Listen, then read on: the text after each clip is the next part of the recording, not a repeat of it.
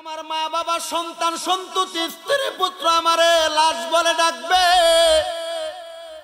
কেমন জীবন আপনি গঠন করলেন, যেই জীবন গঠন করার কারণে কবরের বাস পচার আগে আপনার লাশ পচে যায়।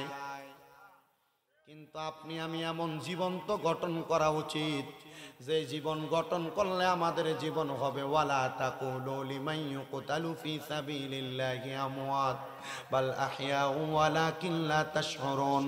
ওই জীবন তো আমরা গঠন করতে পারি না যে জীবন গঠন করলে আল্লাহ কয় তারা মরে না, তারা জিন্দা, আর তারারে যারা মরা কয় তারা নির্বোধ এবং বোকা। ও বন্ধু, ওই জীবন কেমনে আপনি গঠন করবেন? আপনি নামাজ পড়েন, আপনি রোজা রাখেন, আপনি হজ করেন, আপনি জাকাত দেন, কিন্তু আপনার বউটা, আপনার মেয়েটা, আপনার ছেলের বউটা, আপনার বোনটা বেপরটা ঘুইরা বেড়ায়, আপনার নামাজ দিয়ে কি লাভ হইব? মুসলমান রে, ও আমার নাগেরচর এলাকার যুবক, মনোযোগ দিয়া শুনো। নিজে নামাজ পড়ে কিন্তু নিজের বউ মাসিমপুর বাজারে দেয়া বাজার করে, নিজের রোজা রাখে, ইবাদত করে, সুফিগিরি দেখায়, কিন্তু নিজের মাইয়া ব্যাপারটা ভাবে মাসিমপুর বাজার বাতাকান্দি বাজারে দেয়া ঘুইরা বেড়ায়। না না না, ও মুসলমান শুইনা নাও, নবীর একটা হাদিস শরীফ তোমাদেরকে শোনায়। আল্লাহর নবী কয়, একজন পুরুষ মানুষ চারজন নারীর কারণে দুজকে যাবে। ইয়া রাসূলুল্লাহ, ইয়া হাবিবাল্লাহ, আপনার কাছে জানতে চাই একজন পুরুষ মানুষ কোন চারজন নারীর কারণে দুজকে যাবে? আল্লাহর নবী কয়, এক নাম্বার, একটা বাবা তার মাইয়ার কারণে দুজকে যাবে। হুজুর কেন, কিভাবে বুঝতে পারলাম না? আপনি মেয়ে জন্ম দিলেন, আমরা সবাই জানি একটা মেয়ে মানে একটা জান্নাত, সুবহানাল্লাহ। কিন্তু মাইয়াটারে যদি আপনি ব্যাপারটা ঘুরান, জান্নাত কেমনে পাইবেন আমি বুঝতে পারি না রে বাবারা।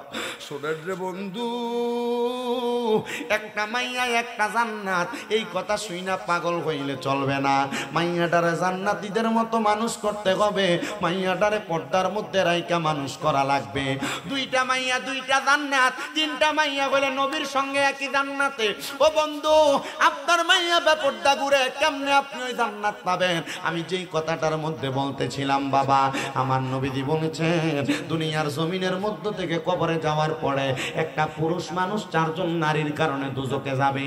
এক নাম্বার, একটা বাবা তার মাইয়ার কারণে দুজকে যাবে। যদি তার মাইয়া বেপরদা ঘুইরা বেড়ায়, আপনি নামাজ পড়লেও কোনো কাম তো হবে না, কারণ আপনি আপনার মেয়েটারে পর্দা করান না। এই জন্য সাবধানতা অবলম্বন করেন। আপনি যদি বেপরদা আপনার মাইয়ারে চালান, তাহলে আপনি আপনার মেয়ের কারণে দুজকে চলে যাবেন। পর্দার অন্তরালে আমার যে আম্মুজির আছে, ও মা, আপনাদের কদমে হাত দিয়া বলি, আমার একটা মা জন্ম দিছে, আমার মাও আমার মা জন্ম দিয়া দুনিয়ার জমিনে চালায়। আমি আমার মার একদিন বলছি, আম্মা, ফকিরে যদি বাড়িতে ভিক্ষা দেওয়ার জন্য আসে, পর্দার আড়াল থেকে ভিক্ষাটা দিয়া দিবেন, সামনে যাওয়া যাবে না। একদিন আমার বাড়িতে আমার এলাকার একজন দাড়ি পাকা মুরব্বী আসছে। আসার পর আমার আম্মারে দেখছি ওনার সঙ্গে শুধু কথা বলে। আমি কইছি, মা, কথা বলা যাবে না। বলে, কেন কেন কেন? উনি তো আমার আব্বার মতো। আমি কইছি, না, গায়রে মাহরাম যদি হয় বাবার মতো হইলো সামনে যাওয়া যাবে না। বলে, হুজুর কেন? কারণ আপনার প্রতি কুনজর পড়তে দেরি হবে না।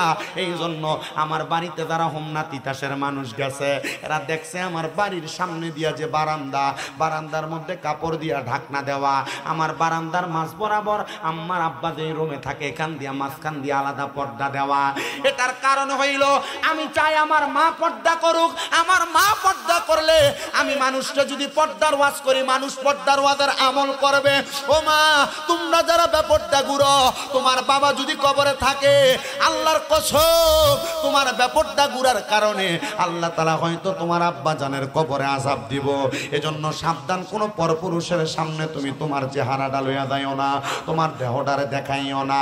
এখানে যারা আছেন, দুই নাম্বার, আল্লাহর নবী কয় একটা ভাই তার বোনের কারণে জাহান্নামে যাবে। ইয়া রাসূলুল্লাহ, কেন? আমার নবী শিখিয়ে দেয়, ভাই যদি বোনটারে পর্দা না না করায়। আপনি ভাই মোটর সাইকেল চালান, আপনার বোনকে বেপরদা ভাবে আপনি আপনার মোটর সাইকেলের পেছনে নিয়ে ঘুরেন, আপনি আপনার বোনকে বেপরদা ভাবে আপনার এলাকার গায়ে হলুদের অনুষ্ঠানের মধ্যে আপনি আপনার বোনকে গায়ে হলুদে নাচতে দেন, আপনার কি একটু লজ্জা লাগে না? আপনার কি একটু শরম লাগে না? যদি দুনিয়াতে লজ্জা শরম না লাগে, আল্লাহর কসম আল্লাহর মায়ের দুনিয়ার বাইর কবর গেলে এমন ফিডা ফিটবো 7টার আড্ডি পর্যন্ত ঘুরা করব। কষ্ট হইতে সামনে না? আল্লাহর নবী কয় 3 নাম্বার, এখানে যারা বিয়াত আছেন এবার আপনারা শুনেন, একটা স্বামী তার স্ত্রীর কারণে দুজকে যাবে।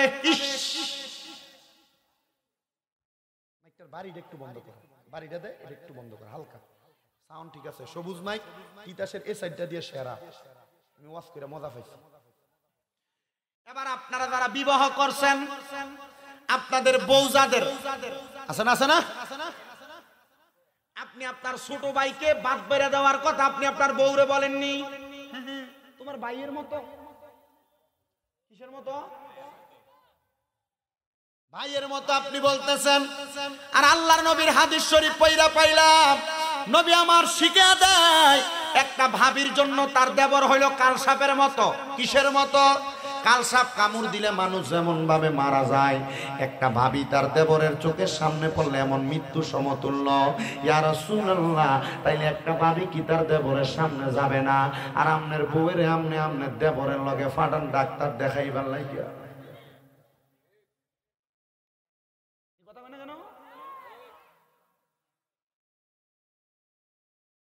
দেবরের সাথে ভাবি একসাথে বিয়ার মধ্যে গায়ে হলুদে নাচে।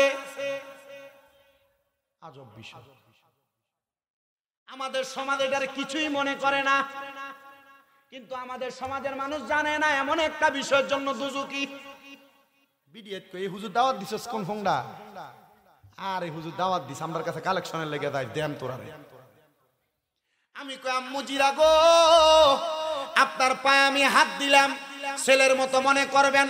আমি চাই না আমার এই তিতা সুমনা এই অঞ্চলের কোনো মা দুজকে যাক, আমি চাই না সোনার বাংলাদেশের কোনো মুসলমান মহিলা দুজকে যাক। এই জন্য আমি আপনাদের কাছে ওয়াজটা কইরা দিয়া যাই। এবার আপনারা যারা বেড়াইতেছেন, আপনারা বউরে আপনারা পর্দা করাইবেন কি করাইবেন না আপনাদের বিষয়।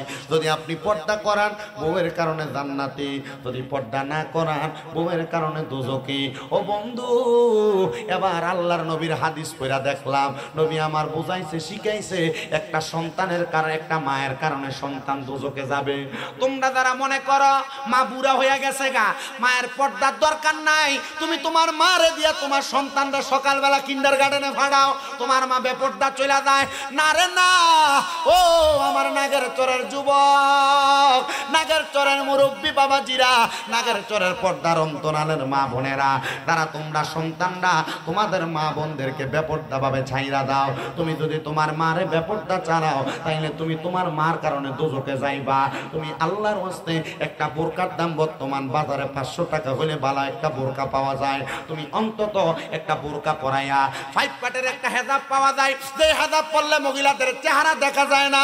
তুমি তোমার মাটারে, তোমার বোনটারে, তোমার বউটারে, তোমার জিটারে তুমি একটু কষ্ট করে পর্দা করাইও। কিন্তু বর্তমান জামানায় পর্দা করাইবো দূরের কথা, বোরকাতে ডিজিটাল বোরকা বাইর হয়েছে। মহিলা উলঙ্গ থাকলে যেমন দেখা যাইতো, এই টাইট ফিটিং বোরকা পরলে মহিলার এমনই দেখা যায়।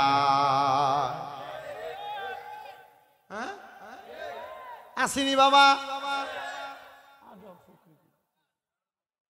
আমার এক দোস্ত কুমিল্লা কাপুরিয়া পট্টি বোরকা দোকান। কি দোকান? বোরকা দোকান।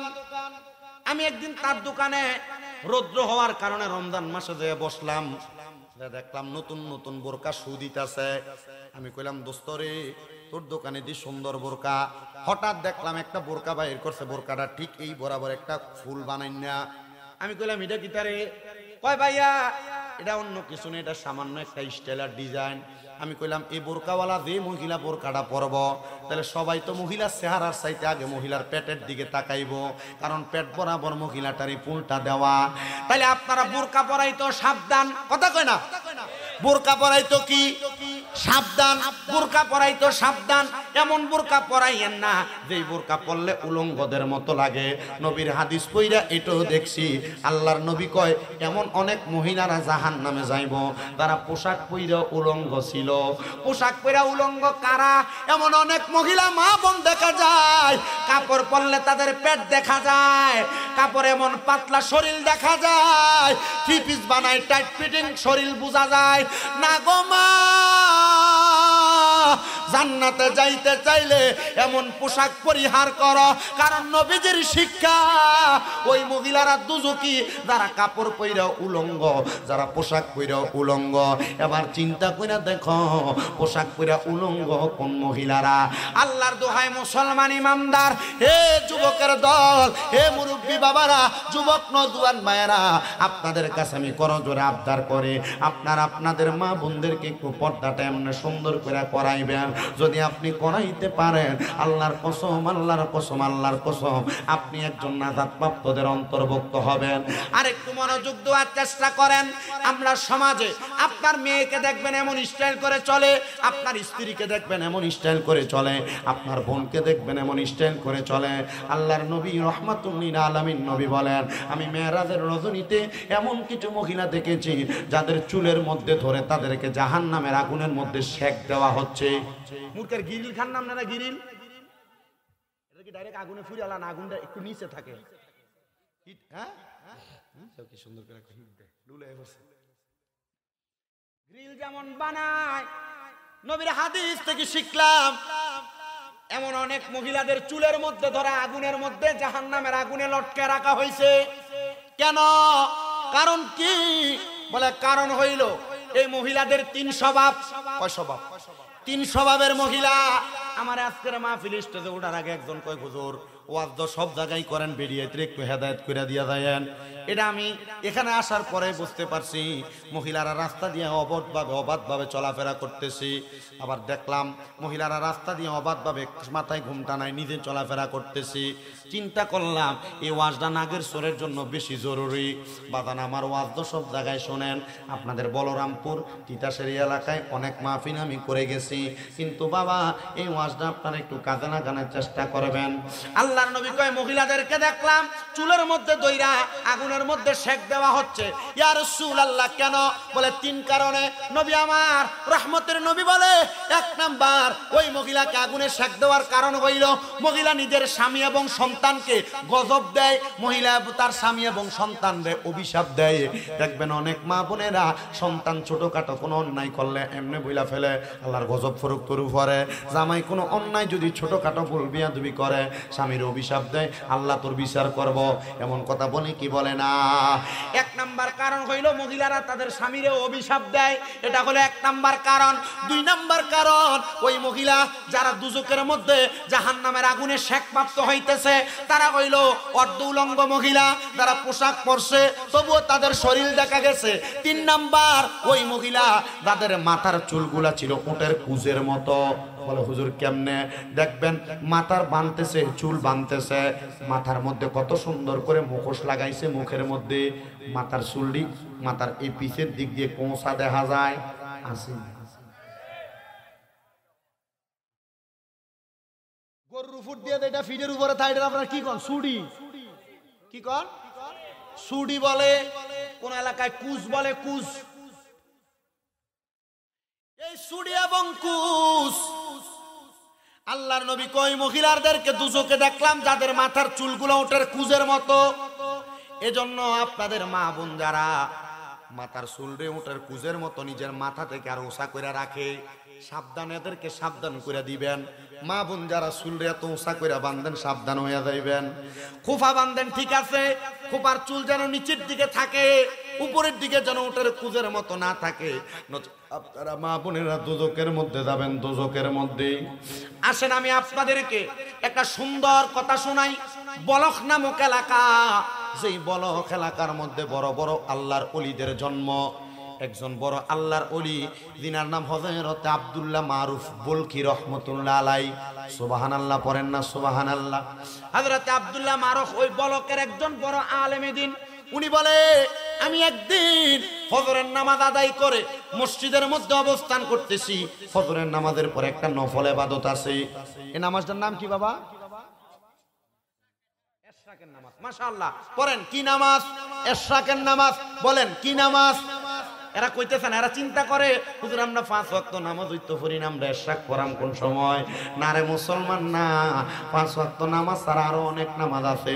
এশরাকের নামাজ আছে, চাশতের নামাজ আছে, মাগরিবের পর আওয়াবিনের নামাজ আছে, ফজরের আগে তাহাজ্জুদের নামাজ আছে, এমন অনেক সালাতুল হাজতের নামাজ আছে, সালাতুল ইস্তেসকার নামাজ আছে, এমন অনেক নামাজ আছে যেই নামাজ পড়লে আল্লাহ তাআলার অসংখ্য নিয়ামত, অসংখ্য বরকত পাওয়া যায়। আমি শুনলাম আশেপাশে কোন হুজুর নাকি আয়া কইয়া গেছে যে তোমরা যে খতমে ইউনুস পড়াও, এই খতমে ইউনুস এটি কই পাইছো তোমরা? আল্লাহর কসম, যারা সমাজের মধ্যে এমন ফিতনা তৈরি করে এরা আলেম না, এরা শয়তান। আমি অবাক হয়ে গেছি, খতমে ইউনুস হইছো কই? ওমা, হযরত ইউনুস আলাইহিস সালাতু ওয়াস সালাম এই দোয়া পড়ে উদ্ধার হইছে, মাছের পেট থেকে আল্লাহ তাআলা দোয়া কবুল করছে। তো এই দোয়া পড়ে যদি ইউনুস নবী উদ্ধার হয়, আল্লাহ তাআলা কি আমরাও উদ্ধার করতো না? ফতুয়া লাগাই দিচ্ছে বড় মৌলভী সাহেব।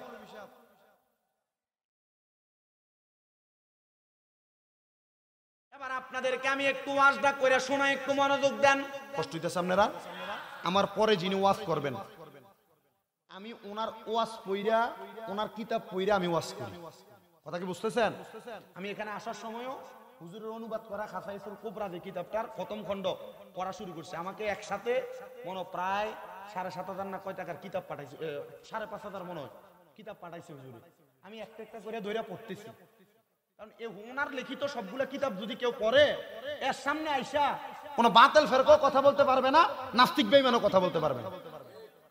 আপনি কথা বুঝতে পারছেন? ওনার যে সহিহুল বিহারি একটা কিতাব আছে, 6 খণ্ডের কিতাব, এই কিতাব যদি কেউ পড়ে আলহামদুলিল্লাহ ভালো আলেমদিন হয়ে যাবে। এর কাছে অনেক মাসালার সমাধান থাকবে। এই মাওলানা শহীদুল্লাহ বাহাদুর বাড়ি কি দূরে না আপনার এলাকা? এই কথা কই না কে রে? বাড়ি কি দূরে না এলাকা? তো এলাকাত বাড়ি সিটাং খায় আর কি, আইতে একটু খরচও বেশি, হাদিয়া বাড়ায় দিবেন। আর আমরা তো ওনারে বাড়ায় দিলে লাভ হইব, উনি কিতাবাদি লেখে, ওনার খরচ বেশি।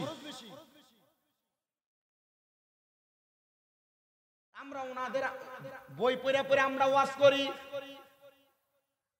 তুই যেই কথা ছিলাম, বলো এলাকার সবচাইতে ভালো একজন আলেমে দ্বীন, খুবই নিছক আলেম ওনার, হযরতে আব্দুল্লাহ মারুফ কারখিওয়াল বলখি। উনি প্রথম থেকে ধর্মে ছিলেন খ্রিস্টান ধর্মের। কোন ধর্মের? খ্রিস্টান ধর্মের। আল্লাহ তাআলার কোরআন, রাসূলের হাদিস তার এমন ভাবে তাসির করছে, সে ইসলাম কবুল করছে। তার মা বাবা প্রথম সময়ে ইসলাম কবুল করার কারণে তার যদিও তার এলাকা থেকে, তার পরিবার থেকে আলাদা করেছে, কিন্তু কিছুদিন পরে তার আবার তার বাড়ির মধ্যে তারা গ্রহণ করে নিছে। আব্দুল্লাহ মারুফ কারখি বলেন, একদিন আমি ফজরের নামাজ পড়া এশরাকের নামাজের জন্য অপেক্ষা করতেছিলাম।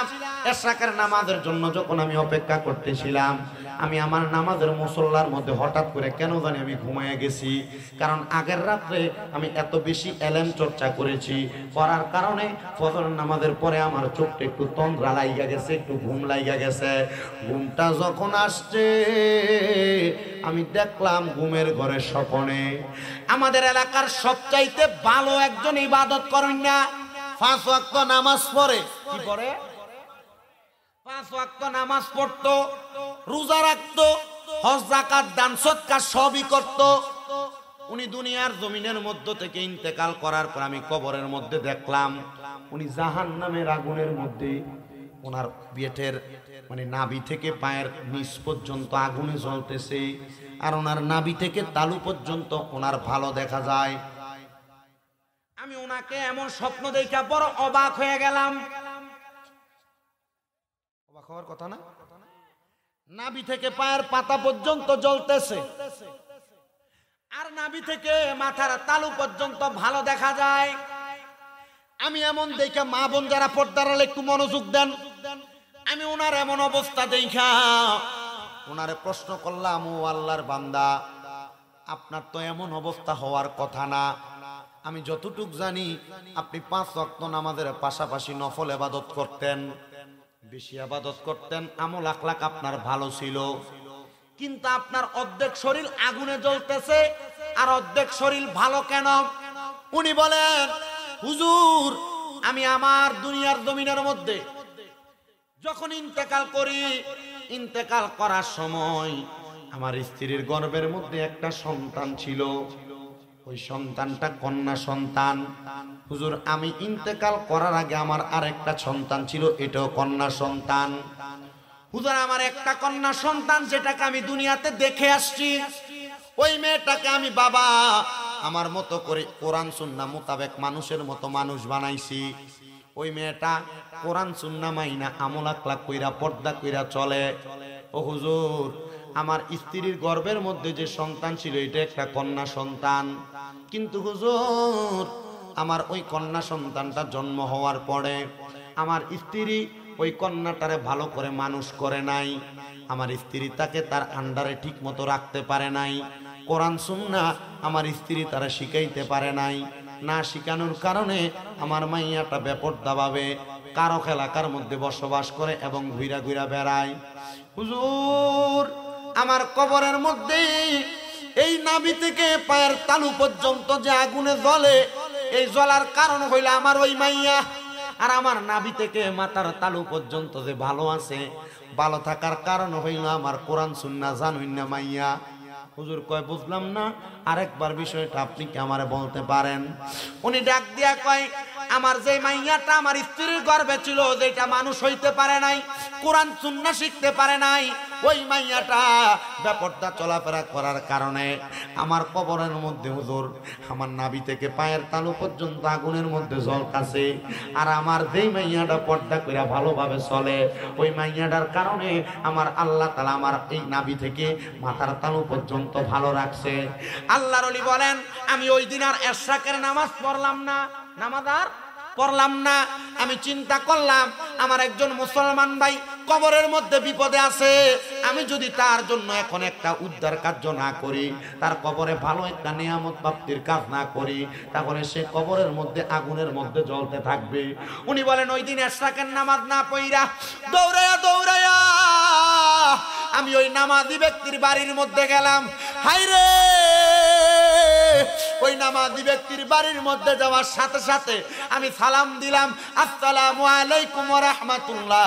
আমি যখন সালামটা প্রদান করলাম, সালাম দেওয়ার সাথে সাথে ঘরের মধ্য থেকে কোনো জবাব আসে না, কিন্তু আমি দেখলাম হঠাৎ করে একটা মেয়ে বের হইয়া আমার শরীরের মধ্যে তাদের ঘর থেকে একটু নোংরা পানি মেলে দিছে।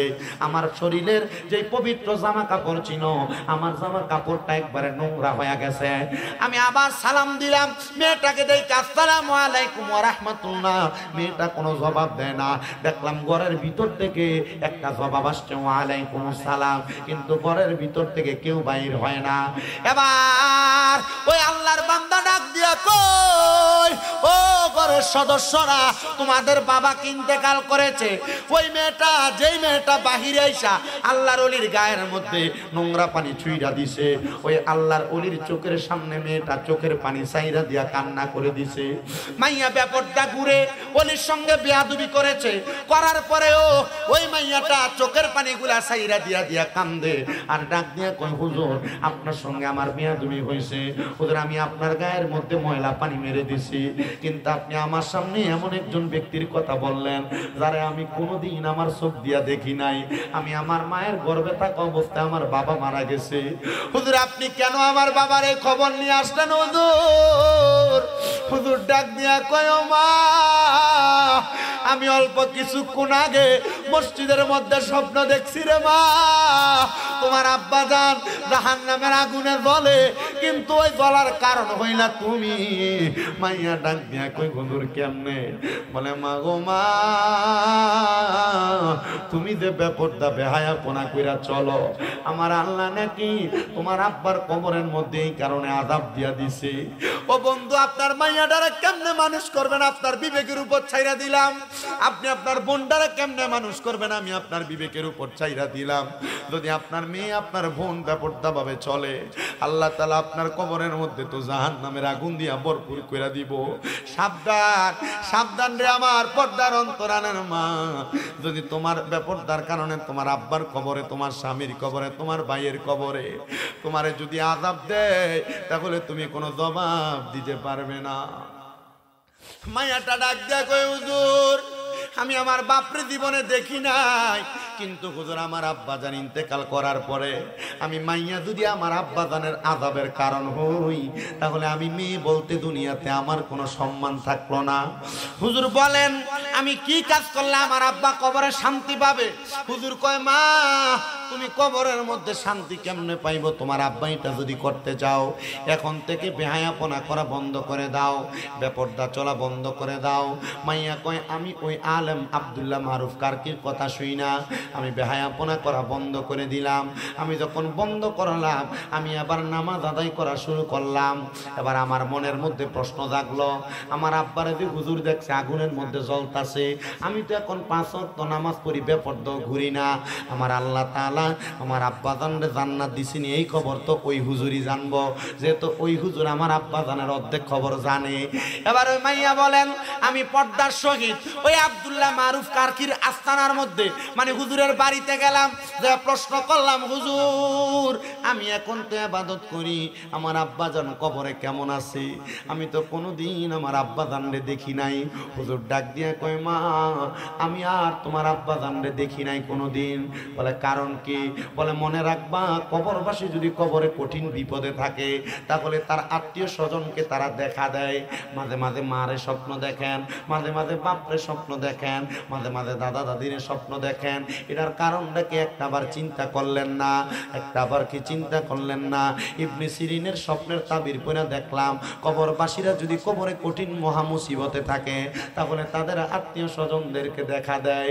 আজকে জানি না কার মা নাই, কার আব্বা নাই, দাদা দাদি অন্ধকার কবরে, মাঝে মাঝে তারা তোমারে ঘুমের ঘরে স্বপ্নে আইসা দেখা দেয়। সাবধান রে ও আমার নাগের চরের মানুষ, এমন কোন কাজ কইরো না যে কাজের কারণে তোমার আব্বা আম্মা কবরে আযাব প্রাপ্ত হয়। মাইয়া কয় হুজুর আর কি দেখেন নাই?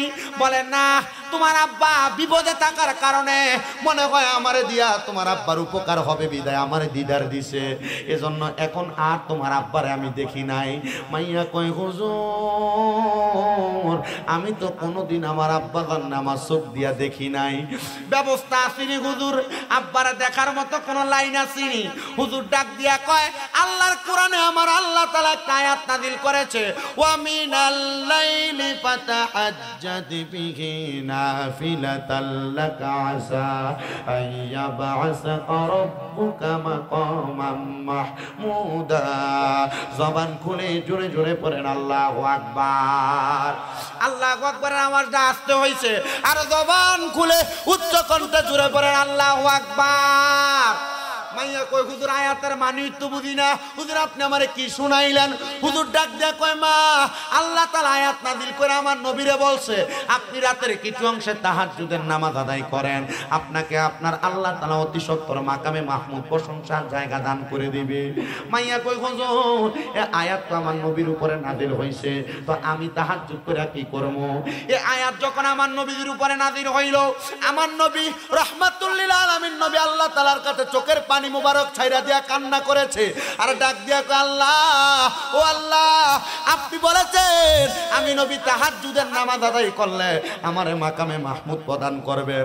আল্লাহ আমার অনেক উম্মত থাকবে দুনিয়ায়, আমার উম্মতেরা বিপদে পড়ে মুসিবতে পড়ে যদি তাহাজ্জুদের নামাজ পড়ে, আপনি বলেন না আমার উম্মতরা এমন ইবাদতের কারণে তাহাজ্জুদের কারণে কি দান করবেন? আল্লাহ তাআলা আমার নবীকে হাদিসে কুদসির মাধ্যমে জানায়া দেয় আপনার উম্মত তাহাজ্জুদের নামাজ পড়া আমি আল্লাহর কয় না তাহাজ্জুদের নামাজ পড়বা, 5 ওয়াক্ত নামাজের পাশাপাশি দেখবা আমার আল্লাহ তুমি বান্দা বিদেশ যাইতে পারো না, বিদেশ যাওয়ার ব্যবস্থা করে দিবে। তুমি মায়ের গর্ভে সন্তান হয় না, তাহাজ্জুদের নামাজের বরকতে আল্লাহ গর্ভে সন্তান দান করবে। তুমি সন্তান ব্যবসা করে বরকত হাসিল করতে পারো না, তাহাজ্জুদের নামাজের কারণে তোমার ব্যবসার মধ্যে আল্লাহ বরকত দান করব। যেই কাজে হাত দাও এই কাজে সফল হইতে পারো না, ও মুসলমান তাহাজ্জুদের নামাজ আদায় কইরা আল্লাহর কাছে চোখের পানি ফালায়া ফালায়া কান্দ। বেশি দিন লাগবে না, 3 মাস সময় দিলাম, 3 মাস যদি আল্লাহর কাছে 5 ওয়াক্ত নামাজের পাশাপাশি তাহাজ্জুদ কইরা কান্দ, আল্লাহর অসংখ্য নিয়ামত অসংখ্য বরকত তুমি পায়া যাইবা। তারা স্কুল কলেজ মাদ্রাসার ছাত্র ভাইয়েরা আছেন, এলেম অর্জন করার জন্য আল্লাহ তাআলার অপুরন্ত খাদিনার রহমত পাওয়ার জন্য আপনারা চেষ্টা করবেন তাহাজ্জুদের নামাজটা পড়ার জন্য। আমি আপনাদেরকে একটা মজার কথা বলি শুনেন। আমার মাদ্রাসা কুমিল্লায় 6টা, কয় না, কয়টা? আমার 6টা মাদ্রাসা, 6টা মাদ্রাসার মধ্যে প্রত্যেক মাদ্রাসার ছাত্ররা আপনাদের দোয়ার বরকতে রাত 3:30টার দিকে ওইটা তাহাজ্জুদ পড়ে।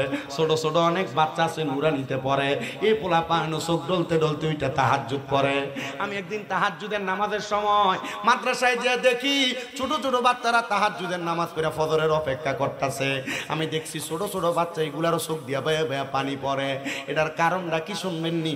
এটার কারণ হইল একদিন আমি আমার অভিভাবকদের নিয়ে ছাত্রদেরকে নিয়ে মিটিংয়ে বৈশা বলছি, যদি আল্লাহ তাআলার অসংখ্য নেয়ামত এলেম সিনার মধ্যে আর মাথার মধ্যে ঢুকাইতে যাও, তাহলে সবচাইতে শ্রেষ্ঠ একটা ইবাদত, এই ইবাদতের নাম হলো তাহাজ্জুদের সালাত। এই তাহাজ্জুদের নামাজ পড়ে আল্লাহর কাছে কান্না করবা, দেখবা আমার আল্লাহ তাআলা তোমাদেরকে নেয়ামত দান করবে। খোদার কসম, আমার ছাত্রগুলো আমার কথা ডারে ফালায় নাই। আমার ছোট ছোট বাচ্চারা মাদ্রাসায় তাহাজ্জুদের নামাজ পড়ে পড়ে দোয়া করে। এখন আমি সব সময় মাহফিল থেকে যাওয়ার সময় মাদ্রাসার দিকে তাকাইলে দেখি লাইট জ্বলে। তো আমার বুঝতে দেরি হয় না, আমার ছোট ছোট বাচ্চারা তাহাজ্জুদের নামাজ পড়ে দোয়া করে। এবার বলেন এই নামাজের বরকত আছে না নাই? বিদেশ যাওয়ার চেষ্টা করো, পারো না, তাহাজ্জুদ পড়ো। মা বোনেরা সংসারে বরকত নাই, তাহাজ্জুদের নামাজ পড়ো। আমি আপনাদের সবার কাছে বলি, আল্লাহর ওলি ওই মাইয়ারে নসিহত করে, এ মা যদি আব্বারে দেখতে চাও তাহাজ্জুদ পড়ো। মাইয়া কয় হুজুর পড়াম কেমনে? তাহাজ্জুদ পড়ার নিয়মটা তো শিখিয়ে দিবেন। হুজুর কয় মা 2 রাকাত করে নিয়ত করবা। 2 রাকাত নামাজের নিয়ত যখন তুমি করবা এটা সুন্নত ইবাদত। যখন তুমি 2 রাকাত নামাজের নিয়ত করবা, 2 রাকাত নামাজের নিয়ত কইরা আল্লাহর দরবারে দাঁড়ায়া যাইবা। সূরা ফাতিহা একটা ভালো সূরা মিলাইবা। দ্বিতীয় রাকাতের মধ্যে সূরা ফাতিহার সঙ্গে সূরা ইখলাস মিলাইয়া পড়বা। এমন করে 4 রাকাত, প্রতি 4 রাকাতের পরে পরে সুবহানাল্লাহ, আলহামদুলিল্লাহ, লা ইলাহা ইল্লাল্লাহ, আল্লাহু আকবার দুরূদ শরীফ পড়বা। এমন করে 3, 4, 12 রাকাত তাহাজ্জুদের নামাজ পড়বা। নামাজ পড়া পড়া আল্লাহর কাছে দোয়া করবা। ওই মাইয়া কয় আল্লাহর ওলি মারুফ কারকির কথা শুই না আমি তাহাজ্জুদের নামাজ পড়া কান্না করতে লাগলাম। 1 সপ্তাহ যায় নাই, 1 সপ্তাহ যায় নাই, 1 সপ্তাহ যায় নাই, আমি তাহাজ্জুদ নামাজ পড়া আল্লাহর কাছে সিজদার মধ্যে যায় যখন কান্না করি, আমি দেখছি রে আমার চোখের সামনে তাহাজ্জুদের নামাজের মুসল্লায় কে জানি একটা ঘোরাফেরা করতেছে। এমন সুন্দর, এমন সুদর্শন মানুষ, যার চেহারাটা দেখতে বড় সুন্দর দেখা যায়, যার ডাইনে 70 জন, বামে 70 জন, সামনে 70 জন, পিছনে 70 জন প্রহরী দেখা যায়। আমি অবাক হয়ে গেলাম, জিজ্ঞাসা করলাম কে আপনি, কে আপনার পরিচয়টা কি আপনি আমরার কাছে বলবেননি?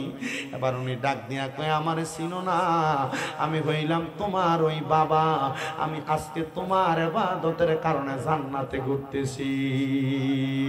ওরে ভালোবাসি তোমায় বাবা, বুকটা যে যাইছি রে, তোমার কথা হৃদয় মাঝে পড়ছে বারে বারে। ভালোবাসি তোমায় বাবা, বুকটা যে যাইছি রে, তোমার কথা হৃদয় মাঝে পড়ছে বারে বারে। বাবা তুমি কেমন আছো ছোট মাটির ঘরে, তোমার কথা হৃদয় মাঝে পড়ছে বারে বারে। বাবা গো বাবা, বাবা গো ও বাবা, বাবা গো ও বাবা, বাবা গো ও বাবা। দরজাটা খুলতে খেয়ে যাই ধোকা, বাবা বুঝি বলছে এলে নাকি খোকা। বুকের ভিতরটা লড়ে চড়ে ওঠে, সবাই আছে শুধু বাবা নেই, শুধু বাবা নেই।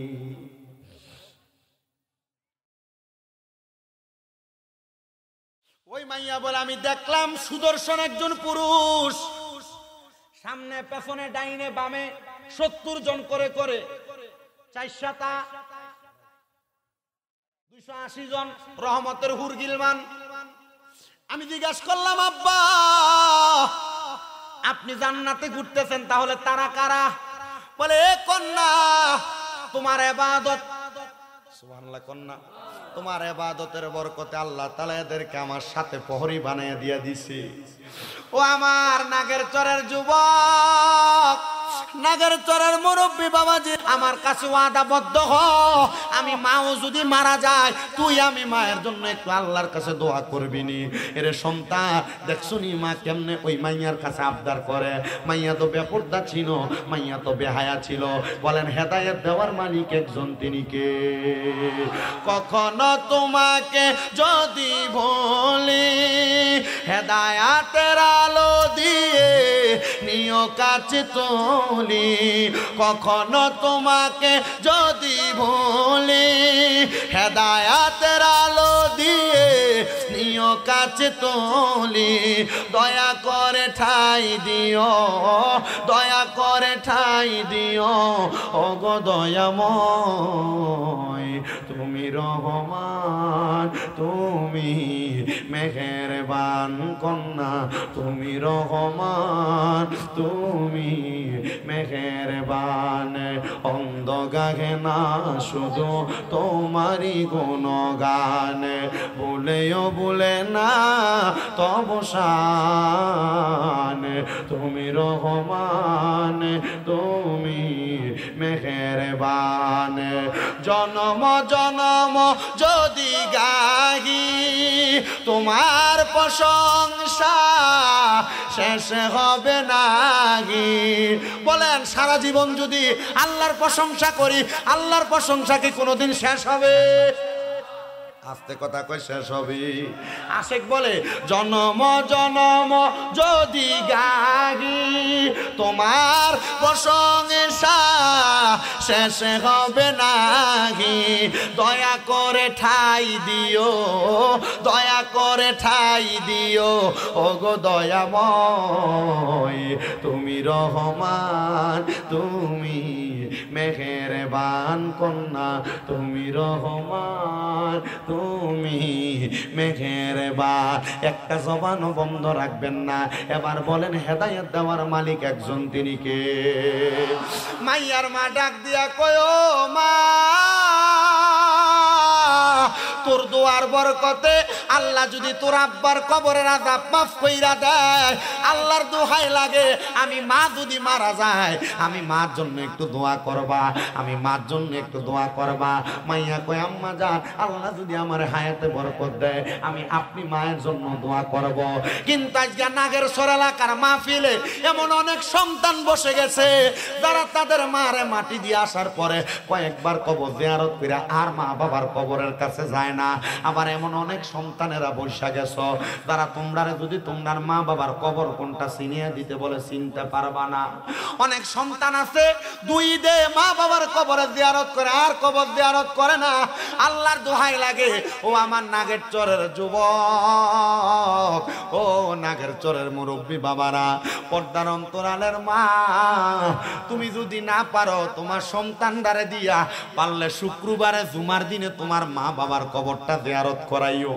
তোমার মা বাপ কবরে থাকলে তোমরা আম্মা আব্বার জন্য জিয়ারত করে দোয়া কইরো, কারণ আল্লাহর নবী শিখিয়ে দেয় কোন সন্তান যদি রব্বির হামহুমা কামা রব্বায়ানি সগীরা ওয়া কুর রব্বির হামহুমা কামা রব্বায়ানি সগীরা বইলা চোখের মণিকোটার মধ্যে একটা মাছির মাথা পরিমাণ পানি চাইরা দিয়া কান্না করে, ওই পানিটা মাটিতে পড়ার আগে আমার আল্লাহ তার মা বাবার জীবনের গুনাহগুলা মাফ কইরা দেয়। হায় রে হায় দিয়া কে জানি বসে কার জানি এমন জনম দুঃখী মা অন্ধকার কবরে, কে জানি বসে কার জানি জনম দুঃখী আব্বা জান অন্ধকার কবরে।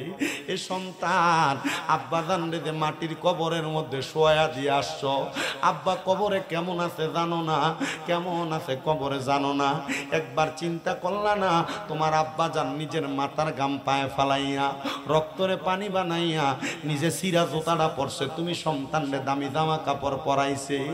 আজকে তুমি কত লাখ লাখ টাকার মালিক, তোমার আব্বা জানের জুতার তলা ক্ষয় হয়ে গেছিল কিন্তু তুমি সন্তানরে দামি জুতা কিনা দিতে আব্বা কিনে নাই। ঈদের দিনে আব্বা পুরান জামা কাপড় পইরা ঈদের নামাজ পড়বার লাগে ঈদগাহের মধ্যে গেছে।